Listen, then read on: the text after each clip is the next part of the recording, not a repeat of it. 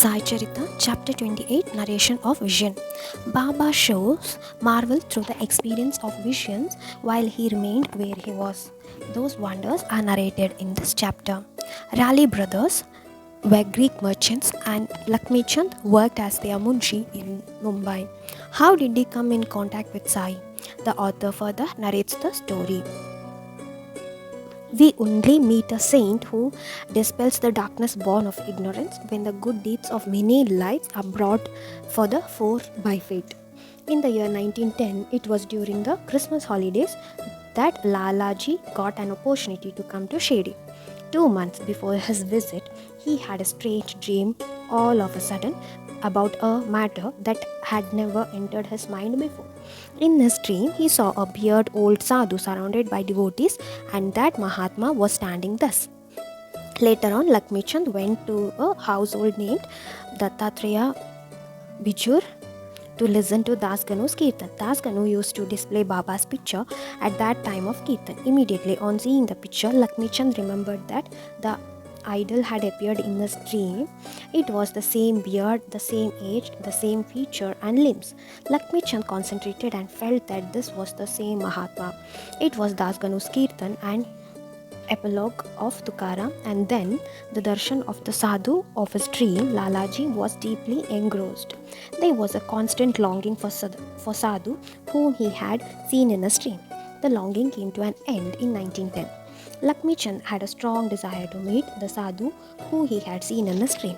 The same day, one of his friends, Shankar Rao, came to him at 8 o'clock in the night and asked him to accompany him to Shirdi. One has to make efforts to get what one desires, but the chance for which he was waiting fell right in his lap. Lakshmichand borrowed 15 rupees from his cousin and made preparations for the departure. Shankar Rao was singing bhajans in the train. There was 4 Muslims who were sitting in the compartment in which Lakshmichand and Shankar Rao were travelling. Lala was very much eager to know about Baba. He said, Sai Baba is a great saint. He is a great awliya and sage. He lived in Shirdi for many years. After completing their journey, Shankar Rao and Lakshmichand reached Kopagaon station. There Lalaji remembered that Baba liked the guavas of Kopagaon and he decided to buy and offer them to Baba. As soon as they reached near the bank of Godavari, at that moment an old woman with a basket on her head was seen running after the Tonga. They stopped the Tonga. To their surprise, there were guavas in her basket. Lakshmichand selected the guavas. Then the old lady said, Please offer these remaining guavas to Baba from my side. After arriving at Shirdi, along with the necessary items of puja, both of them went for Sai's darshan. On having the darshan of the desired personage, Lakshmichand was totally absorbed. He forgot hunger and thirst. Completing Arati and Pradakshina, both of them sat near Sai's feet. Then Baba said to Lakshmichand, The rascals sang bhajan on the way and made enquiries of others. Why ask others? See everything with your eyes. Why ask anyone else? Is the dream true or not? Come to your own decision. What was the necessity of coming for my darshan after borrowing money from a Marwadi?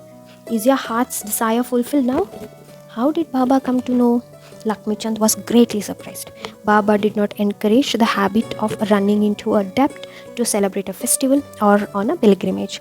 This is actually the lesson of visiting Shirdi.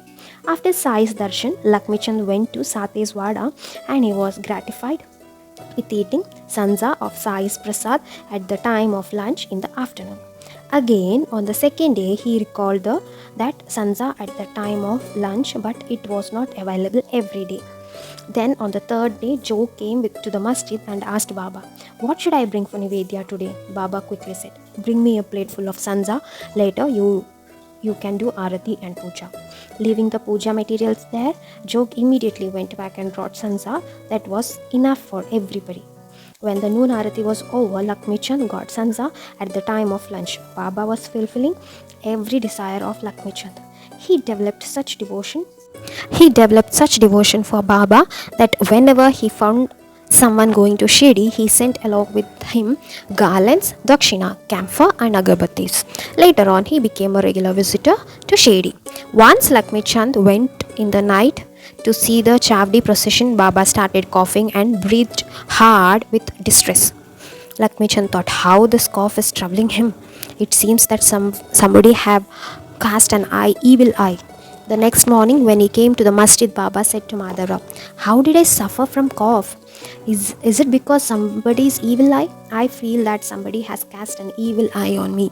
Therefore, this cough is frequently worrying me and making me suffer."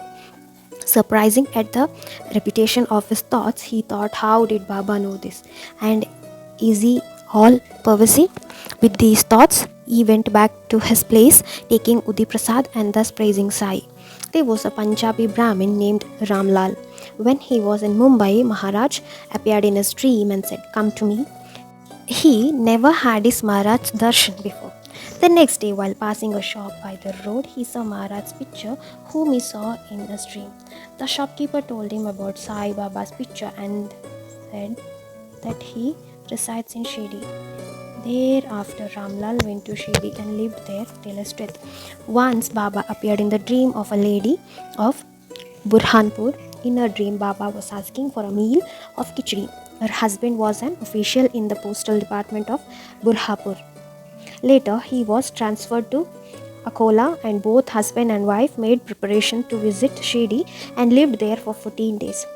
The lady understood that Sai is the Maharaj whom she saw in the dream. On 15th day, the lady went to offer Khichdi Prasad to Baba in the afternoon. The curtains were already drawn and Baba had already sat down for the meal with his devotees. But the lady was so eager that without listening to anyone, she raised the curtain with her own hands. Without anyone's permission, she entered with the Khichdi Prasad in her hand. Then Baba did something wonderful. He asked for khichdi to be served first and held the platter with both hands. He was delighted to see the khichdi. Taking morsel after morsel, Baba fed himself. "Give me khichdi." The dream he gave to that lady.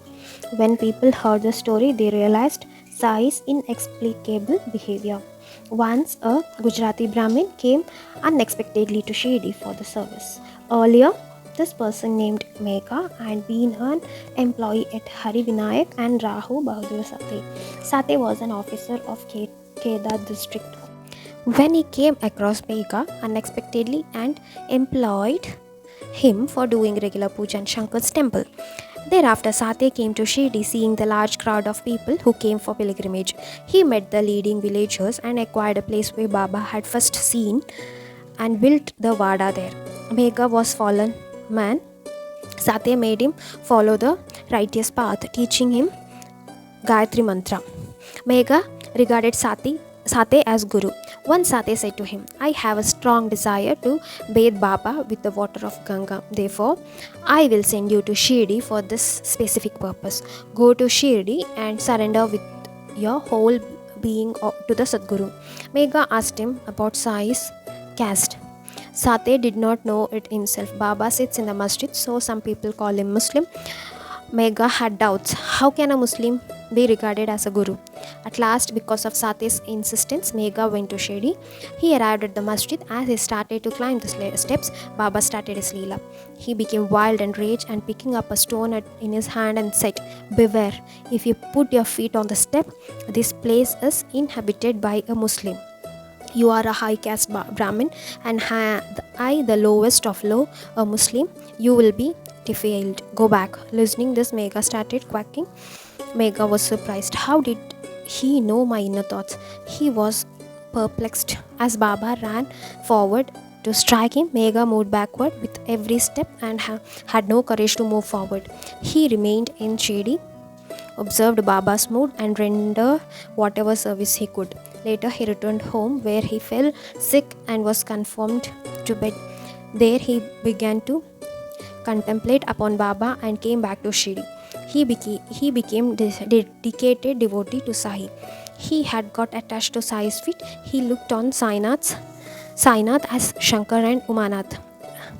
Sai Shankar, thus making prayers, he would bring the bell from the long distance and worship Sai. After worshipping all the village deities, he used to come to masjid regularly to perform arati. One day, performing his routine duties, Megha could not worship Kandoba though he made the efforts. He tried, but the doors of the temple was not opened in spite of his efforts. Therefore, he omitted that and came to the masjid to do arati. Then Baba asked, "Today, why did you break in your puja? You have worshipped the deities, but one has remained unworshipped. Go and do that. Then come here." Megha replied, "The door of Kandoba temple is not opened." Baba said, "Go and see. The door is open now." Megha went immediately. The door of Kandoba were opened. He worshipped Kandoba.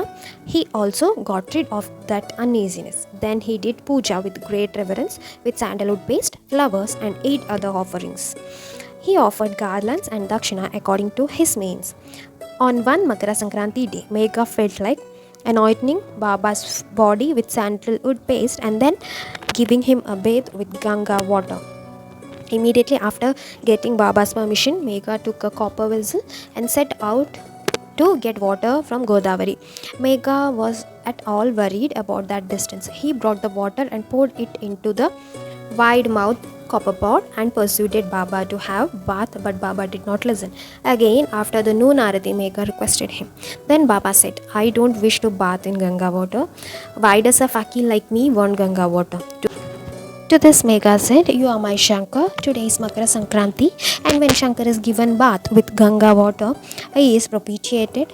Then, considering his hoe and his adamant resolution, Baba was ready to take bath, and he sat down on a low stool ready for the bath. Sitting before Megha, Baba bent forward his head and said, "Pour just little water. Out of all the limbs, the head is most important. Pour water on it. It is as good as having a full bath. At least listen to that much." As soon as Baba gave the permission, Megha was overwhelmed and poured the water of vessel on his whole body, saying, "Har Gange." Megha was overjoyed that he gave bath to his Shankar with his clothes on. And he put down the empty vessel and saw, though he had poured the water on the whole body, only the head was wet. All other limbs were absolutely dry.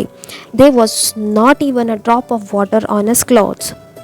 Megha's pride was crushed. "You felt like giving me a bath. Go ahead and do it to satisfy your desire. While doing that, also, you will easily come to know my inner powers." Baba seemed to convey through his Leela. If there is a faith and passion, then by serving Baba, a devotee will achieve whatever he desires. A big picture of Baba, given by Nana Sahib Chandorkar, was placed in the Vada and Megha worshipped it regularly. The real image at the masjid and the exact replica in the Vada were worshipped with arati at the both places day and night. Thus, about 12 months had passed. In doing the divine service, one early morning, Megha had a vision of Baba. Megha was on the bed. Although he was asleep, he was fully awake and saw Baba. Baba threw consecrated rice on the bed and said, "Megha, draw a trident." Then he disappeared. Megha woke up and he saw there was grains of rice scattered. Afterwards, he went to the masjid and related the vision with all details. Then Baba told him, "Oh, it was not a vision. I myself came there. Did you not hear my words? Not a single syllable of my words is empty." Megha replied, "I too felt that you had woken me, but not a single door was opened. So I thought it was a vision." To this, Baba said, "I do not need a door to enter. I have no form or dimension. I am always everywhere." Later, Megha draw the trident on the wall near Baba's picture.